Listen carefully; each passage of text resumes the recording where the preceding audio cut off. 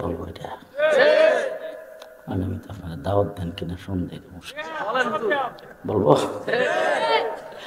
সে যে কেন এলো না কিছু ভালো লাগে না, এবার আসুক তারে আমি মজা দেখাবো। গান তো জীবন শুনছেন না? হ্যাঁ, সে যে কেন এলো না কিছু ভালো লাগে না, এবার আসুক তারে আমি মজা দেখাবো। যে জন নামাজ পড়ে না সে তো শয়তানের নানা, এবার আসুক কবরে তারে মজা দেখাবো। কথা বুঝতে পারছেন ভাই? যে জন নামাজ পড়ে না সে তো শয়তানের নানা, এবার আসুক কবরে তারে মজা দেখাবো। নামাজ ছাড়া কোনো ব্যক্তি জান্নাতে যাইতে, নামাজ ছাড়া কোনো ব্যক্তি কবরে শান্তি পাবে। সর্বপ্রথম হিসাব হবে নামাজের, ঠিক না? ঠিক। নামাজ মুসলমানের 5টা স্তম্ভের একটা। হ্যাঁ, নামাজ পড়া লাগবে তো, লাগবে তো। ও আমার ভাই, একটা সেজদা অস্বীকার করছে, জীবন বর্জনে বহিষ্কার। সেজদা করছে কেডা? ফিরিস্তা। কেডা সেজদা করছে? কারে? আমরা আব্বারে। কথা কয় না। আব্বা সম্মানী না অসম্মানী? সম্মান কত? বাবারি বাবা, আমার দাদারে পুলিশে সিলট দিত। আমার যে বাপ পুলিশে দেখবে সিলট দে, আর আমরার বাবারে ফিরিস্তারা সেজদা করছে। সুবহানাল্লাহ, সমস্ত ফিরিস্তা সেজদা করছে। সম্মান বেশি না কম? আপনাদের এলাকার যদি কোনো দামি লোক থাকে, হ্যাঁ বোধ বড় রই থাকে, একটু দামি হইলে কুমিল্লা যায় বাড়ি করে, আর একটু দামি হইলে ঢাকা, এর চাইতে বেশি দামি হইলে উত্তরা, গুলশান, বনানী, ধানমন্ডি, এর চাইতে বেশি দাম হইলে সোজা বেগম পাড়া। কথা কথা ঠিক কিনা বলেন? তাহলে দামি যে তার দামি বাড়িটাও দামি, ঠিক কিনা? আমাদের বাবা সবচাইতে বেশি দামি, এই জন্য আল্লাহ পাক তার বাড়ি দিয়েছেন জান্নাতে। এখন যদি ওলামায়ে কেরামকে জিজ্ঞেস করেন, আপনাদের এখানে লোকজনকে জিজ্ঞেস করেন কত দেখি আমাদের নবী মুহাম্মদ রাসূলুল্লাহর বাড়ি কই, দেখবেন কইবে মক্কায়। আচ্ছা কত দেখি ইউসুফ আলাইহিস সালামের বাড়ি কই, বলে মিশর। আচ্ছা কত দেখি ইব্রাহিম আলাইহিস সালামের বাড়ি কই, বলে ফিলিস্তিন। আচ্ছা কত দেখি মুসা আলাইহিস সালামের বাড়ি কই, বলে মিশর। তাহলে এরকম এক একটা নবীর বাড়ির ঠিকানা আছে না নাই? 1,24,000 পয়গম্বর, হযরত আদম আলাইহিস সালাম সারা আমাদের নবী পর্যন্ত প্রত্যেক নবীর বাড়ির জন্মস্থান, বাড়ির ঠিকানা আছে, এলাকার নাম আছে, কোন নবী কোনখানে জন্মগ্রহণ করেছেন, তার বাড়ি কোথায়। এখন জিজ্ঞান্ত দেখি আদম আলাইহিস সালামের বাড়ি কুমিল্লা? কোন জায়গায়? আল্লাহ পাক কোরআন শরীফের ভিতরে আদম আলাইহিস সালামের বাড়ি সম্পর্কে ঘোষণা করেছেন, ওয়াকুলনা ইয়া আদম মুসকুন আনতা ওয়া যাওজুকাল জান্নাহ। আদম, জান্নাত হইল তোমার জন্য বাড়ি। সে আদম সন্তান আমরা, খুশি না বেজার? জি, 1 নম্বর আমাদের গর্বের বিষয় হল আমরা মানুষ আদম সন্তান হিসাবে আল্লাহ পাক সৃষ্টি করেছেন। ইচ্ছা করলে গরু ছাগল বানাইতে পারতো না? দরিয়ার মাছ বানাইতে পারতো না? আল্লাহ পাক আমাদেরকে ওই সমস্ত জন্তু জানোয়ার না বানায় মানুষ বানাইছে। আলহামদুলিল্লাহ, আলহামদুলিল্লাহ। 2 নম্বর, আল্লাহ তাবারক ওয়া তাআলা আমাদেরকে হিন্দুর ঘরে জন্ম দেয় নাই, খ্রিস্টানের ঘরে জন্ম দেয় নাই। আমাদেরকে ইচ্ছা করলে কি আল্লাহ পাক বার্মায় জন্ম দিয়া বুদ্ধিস্ট বানাইতে পারতো? আল্লাহ ইচ্ছা করলে বাংলাদেশে জন্ম না দিয়া, ইন্ডিয়া জন্ম দিয়া, হিন্দুর ঘরে জন্ম দিয়ে হিন্দু বানাইতে পারতো? আল্লাহ ইচ্ছা করলে আমাদেরকে ইউরোপে জন্ম দিয়ে খ্রিস্টান বানাইতে পারতো? ইসরায়েলে জন্ম দিয়ে ইহুদি বানাইতে পারতো? আল্লাহ তাবারক ওয়া তাআলা আমাদেরকে ইহুদি বানাই দেয়, খ্রিস্টান বানাই দেয়। আল্লাহ পাক আমাদেরকে মানুষ বানাইছে। কি বানাইছে? ইমানদার মুসলমান বানাইছে। কি বানাইছে? মুসলমান বানাইছে। কথা কয় না? মুসলমান বানাইছে। খুশি না বেজার? খুশি না বেজার? হযরত আদম আলাইহিস সালাম থেকে শুরু করে আমাদের নবী মুহাম্মদ রাসূলুল্লাহ সাল্লাল্লাহু আলাইহি ওয়াসাল্লাম পর্যন্ত যত নবী পৃথিবীতে আগমন করেছেন, সমস্ত নবীকে যারা স্বীকার করেছেন, নবীর উপর ঈমান যারা আনছেন, তারাও মুসলমান, আমরাও মুসলমান। তাহলে অতীতে যত নবী আসছিল, ওই নবীর উম্মত আর আমরা বেশ কম নাই তো? জি, আল্লাহ তাবারক ওয়া তাআলা আমাদেরকে বানাইছি কিন্তু সবার আগে। আদম আলাইহিস সালামকে বানায়া আল্লাহ পাক আদমের পৃষ্ঠ থেকে রূহের জগতে সবাইকে একসাথে বানাইছে। একসাথে তৈরি করে ওই জায়গার মধ্যে আল্লাহ পাক একটা প্রশ্ন করছিল, আলাস্তু বিরাব্বিকুম, আমরা সেখানে ছিলাম তো? জি। আজকের থেকে 500 বছর আগে যারা দুনিয়াতে এসে হেরাও, ঈসা আলাইহিস সালামের যুগে যারা দুনিয়াতে এসে হেরাও, মুসা আলাইহিস সালামের যুগে যারা আইছে তারাও, নূহ আলাইহিস সালামের কিস্তিতে যারা উঠছিল তারাও, আদম আলাইহিস সালামের যুগে যারা আইছে তারাও। তাইলে আদম থেকে নিয়ে কিয়ামতের দিন পর্যন্ত যত মানুষ পৃথিবীতে আসছে, বর্তমানে আছে, কিয়ামত পর্যন্ত আসবে, সমস্ত মানুষকে আল্লাহ পাক একসাথে সৃষ্টি করেছেন রূহের জগতে। সেখানে আল্লাহ পাক প্রশ্ন করেছিলেন, আলাস্তু বিরাব্বিকুম, আমরাও সেই জায়গায় ছিলাম।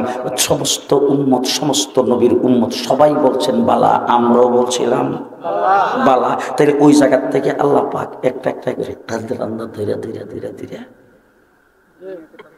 বুঝছেন খুব ভালো করে। ওই যে দেখেন না মুরগির খাঁচার ভিতরে ওই দোকানদারে যে মুরগি বিক্রি করে, সেখানে দেখছে অনেকগুলি মুরগি একসাথে থাকে, একটা একটা করে ধরে লইয়া তারপরে একটা তো মাঝখান আর একটা কথা মনে হচ্ছে, এটা বলবো যে মুরগি দেখেন না একটা করে ধরে, যে ফার্মের মুরগি তো যখন ধরতে ককর ককর ককর ককর করার পরে একটা ঠান্ডা জমি বাইরে গেলেছে, বাকিগুলি সব চুপ,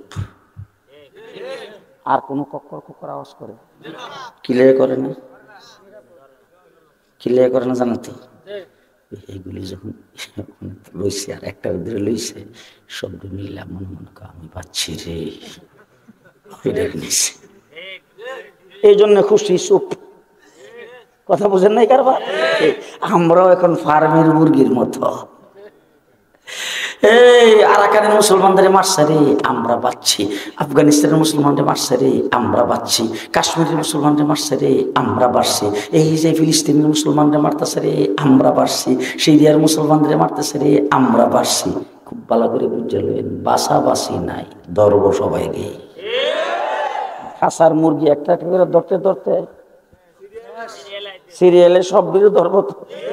এই সিরিয়াল আমরাও কিন্তু আছে, কারণ ফিলিস্তিনের মুসলমানদের উপর যদি নির্যাতন হতে পারে, আমরা এখন যদি বক্তৃতা দাঁড়ায় বলি এই দেশ শাহজালালের দেশ, এই দেশ শাহপরানের দেশ, এই দেশ বড় বড় আল্লাহর ওলিদের দেশ, এই দেশের মাটির নিচে হাজারো ওলি আব্দুল গাউস কুতুব শুয়ে আছে, এই দেশ থেকে ইসলামকে উৎখাত করা সম্ভব নয়। এই বক্তৃতা আমরা করি কিনা? যারা বক্তৃতা আমরা করি, আমি আমাকে জিজ্ঞেস করতে চাই, আমার দেশ ওলিয়া উলিয়াদের দেশ, জি ৭০,০০০ নবী সেই জমিনে জন্মগ্রহণ করেছেন। সুবহানাল্লাহ, সুবহানাল্লাহ। ৭০,০০০ নবী যেখানে জন্মগ্রহণ করেছেন, আমার দেশে অলি আউলিয়া শুয়ে আছেন, শাহজালাল শুয়ে আছেন, নিচে হাজার হাজার নবী শুয়ে আছে। হাজার হাজার নবী যেখানে শুয়ে আছে, সেখানে যদি টনে সেখানকার শিশু বাচ্চারও যদি নিরাপদ না হয়, সেখানকার মা বোনেরা যদি নিরাপদ না হয়, সেখানকার মুসলমান যদি নিরাপদ না হয়, আমরা খুব নিরাপদ। আমাদের ৩ দিক, যারা কোরবানি করতে দেয় না, গরু জবাই করতে দেয় না, গরুর গোশত বাজার থেকে কিনতে দেয় না, গরুর গোশত বাজারে বিক্রি করতে দেয় না, মসজিদের ভিতর ঢুকিয়া মুসলমানদের নামাজরত অবস্থায় পিঠায়, কাশ্মীরি মুসলমানদেরকে কুচোকাটা করতেছে, যারা গুজরাতে মুসলমানদেরকে হত্যা করেছে, বাবরি মসজিদকে ভেঙ্গে যারা চুরমার করে দিয়েছেন, তাদের দ্বারা আমরাও নিরাপদ নয়, ঠিক কিনা বলেন? তাইলে আমার মুসলমান এখন কইলে আপনারা কি মনে করবেন জানি না, কে কি মনে করে। আমি মনে করি মুসলমান হিসাবে আমাকে সবসময় জেহাদি মনোভাব নিয়ে প্রস্তুত থাকতে হবে। বলা যায় না কোন সময় কি হয়। আমাদের দেশটা বড় শান্তির দেশ, সাম্প্রদায়িক সম্প্রীতির দেশ। এই দেশে আমরা বসবাস করতেছি ভাই ভাই হয়ে। আমরা মুসলমান, ওয়াজ মাহফিল গ্রামে গঞ্জে পাড়া মহল্লায় সব জায়গায় হচ্ছে, ওলামায়ে কেরাম কথা বলতেছে, তাবলিগ জামাতের ইজতেমা হচ্ছে, তাবলিগ জামাত এই দেশে চলছে, দ্বীনের কাজকর্ম চলছে, জায়গা জায়গায় মাদ্রাসা, জায়গা জায়গায় মসজিদ, মসজিদগুলোতে আজান হচ্ছে, মুসল্লিরা দলবদ্ধভাবে সেখানে যাচ্ছেন, মসজিদের তালিম হচ্ছে, জুমার নামাজের সময় বয়ান হচ্ছে। কিন্তু যদি আজকে পারে, তাইলে আমাদেরকে মনের ভিতরে রাখতে হবে যে আমাদের দেশটা যদি কোনোদিন আল্লাহ না করুক আফগানিস্তানের মতো হয়, ইরাকের মতো হয়, সিরিয়ার মতো হয়, আরাকানের মতো হয়, আর আমরা যদি কোনো চাপের মুখে পড়ি, আমরা যদি নাস্তিকার মুরতাদদের হাতে যদি পড়ি, কোন জালেম শক্তির হাতে যদি পড়ি, কোন ইহুদি খ্রিস্টানদের কবলে যদি পড়ি, আর আমাদের বুক বরাবর রাইফেল আর বন্দুক আর স্ট্যান্ড গান আর মিশন গানের গুলি তাক করে যদি বলে ইসলাম এই মুহূর্তে ছাড়তে হবে, তখন বুক টান করে বলতে হবে আমরা মুসলমান, জীবন দিয়ে দেব, ঈমান দেব না।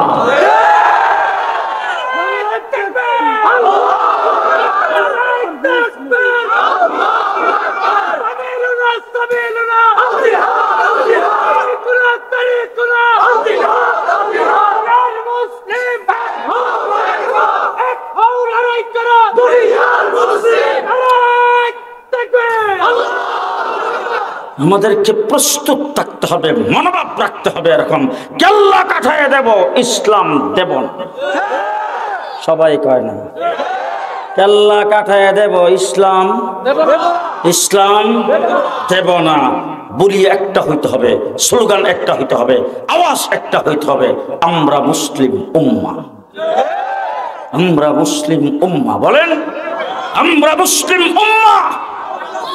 আজকে কাশ্মীরে মুসলমানদের উপর নির্যাতন হয়, গুজরাটে মুসলমানদের উপর নির্যাতন হয়, আজকে আরাকানে মুসলমানদের উপর নির্যাতন হয়, আজকে নির্যাতন হচ্ছে, যেখানে মুসলমানদের উপর নির্যাতন হয়। আমার দেশের নেতা নেত্রী মন্ত্রী মিনিস্টাররা বলে এটা ভারতের আভ্যন্তরীণ ব্যাপার, এটা সেই দেশের আভ্যন্তরীণ ব্যাপার। পরিষ্কার ভাষায় বলতে চাই, এটা আভ্যন্তরীণ ব্যাপার নয়, এটা মুসলিম উম্মার ব্যাপার। ঠিক না বে ঠিক? আজকে কাশ্মীরে মুসলমানদের উপর নির্যাতন হচ্ছে, আমি খোদার কসম করে বলছি 58টা মুসলিম রাষ্ট্র গোটা পৃথিবীতে, ভারত যে আমাদের পাশে, সেখানে কিন্তু 36 কোটি মুসলমান। জি আছে না নাই? আছে না নাই? আজকে সৌদি আরব, আরব আমিরাত, কাতার, কুয়েত সহ গোটা পৃথিবীর সমস্ত মুসলিম রাষ্ট্রের রাষ্ট্রপ্রধানগুলি দাঁড়ায় বলে, যদি দাঁড়ায় বলে কাশ্মীরে মুসলমানদের উপর নির্যাতন হচ্ছে, নির্যাতন হচ্ছে, আরাকানে মুসলমানদেরকে পিটাইতেছে, জেনে রাখো আরাকানের বারবার সরকার, জেনে রাখো ভারতের সরকার, আমরা মুসলিম উম্মাহ। একজন মুসলমানের উপর কোথাও আক্রমণ হলে আমাদের রক্তক্ষরণ হয়। সুতরাং যদি কাশ্মীরের তারা যদি কোনো দোষ করে থাকে, তাইলে আসো মুসলিম রাষ্ট্রগুলির সাথে বসো, সারা বিশ্বের মুসলমানদেরকে ডাকো, ডাইকে তারপরে বসো, বৈশা সেখানে ফয়সালা করো। সাবধান, তাদের গায়ে আঁচড় দিতে পারবা না, কারণ আমরাও মুসলমান। এই কথাটা বললে আমার মনে হয় ফজরের আগে পাতলা পায়খানা শুরু হবে। কথা বলেন? কিন্তু কি হয়ে গেল মুসলমানদের? আজকে মুসলমানদের জন্য দরদ নাই। এটার একমাত্র কারণ হইল ঈমান নাই। রাগ করছে? রাগ করছে? যার যতটুক ঈমান যত শক্ত, যার ঈমান যত মজবুত, যার ঈমান যত বেশি, তার অন্তরে দুঃখ তত বেশি। বুঝেন ভালো করে, বুঝেন ভালো করে, বুঝেন ভালো করে। আজকে মুসলমানদের রক্ত দেখলে যদি আপনার অন্তরে ব্যথা না লাগে, মনে করবেন আপনার ঈমান দুর্বল। রাগ করতেছেন? হন মনে হয় রাগ করতেছেন না? তো আল্লাহর নবীকে কোথাও কেউ গালি দিয়েছেন, রাসূল সাল্লাল্লাহু আলাইহি সাল্লামের উপর কটূক্তি করেছেন, হুজুর আকরাম সাল্লাল্লাহু আলাইহি সাল্লামকে নিয়ে সমালোচনা করেছেন, আমার নবী সাল্লাল্লাহু আলাইহি সাল্লামের দ্বীন ইসলাম নিয়ে, কোরআন নিয়ে, হাদিস নিয়ে, মাসলা মাসাইল নিয়ে কোথাও করে সমালোচনা করেছেন। রাসূল সাল্লাল্লাহু আলাইহি সাল্লাম যে মাসলা মাসাইলের জন্য, যে কোরআনের জন্য, যে দ্বীনের জন্য দান শহীদ করেছেন, আমির হামজার লাশটাকে টুকরা টুকরা করা হয়েছে, সেই দ্বীন নিয়ে যদি কোনো ব্যক্তি সমালোচনা করে, সেই দ্বীন নিয়ে যদি কটূক্তি করে, আল্লাহ রাসূলকে নিয়ে যদি কোনো বদনাম করে, কোনো কটূক্তি করে, আপনার ভিতরে যদি রক্তক্ষরণ না হয়, আমি আজকে পরিষ্কার বলে গেলাম, আপনি মুসলমান নয়, তার মধ্যে কোনো সন্দেহ নাই। ঠিক কিনা? ঠিক কিনা? ঠিক কিনা? আমার ভাইরা, আল্লাহ পাক আমাদেরকে মুসলমান বানাইছে, খুশি না? খুশি না?